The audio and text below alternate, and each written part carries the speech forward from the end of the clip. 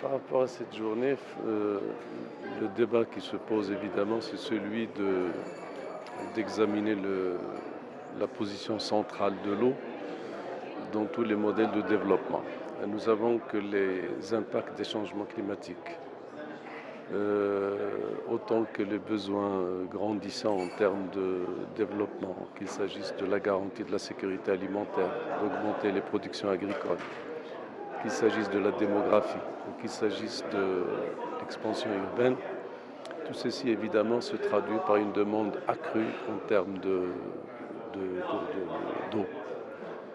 La politique que le Maroc a suivie depuis le début des années 60 a donné de très bons résultats parce que le Maroc est arrivé à travers cette politique de construction des barrages et de régularisation des eaux superficielles. Il est arrivé donc à traverser certains épisodes de sécheresse sans que jamais sur le marché national il y ait une pénurie en produits agricoles par exemple. Mais cela étant, les impacts climatiques et ce que nous percevons donc à l'échelle universelle font qu'il est nécessaire de penser et de réfléchir sur l'utilisation de l'eau de façon rationnelle, de façon à en tirer le meilleur valeur ajoutée possible au service du développement d'une façon générale.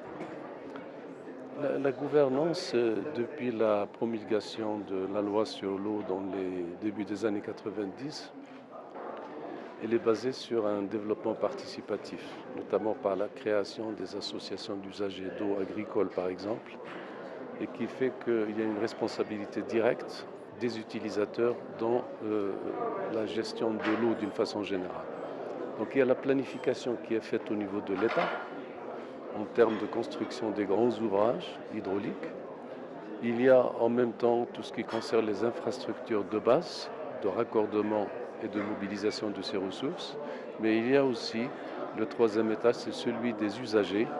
et qu'il convient effectivement d'organiser de façon encore plus intensive pour répondre à cette trilogie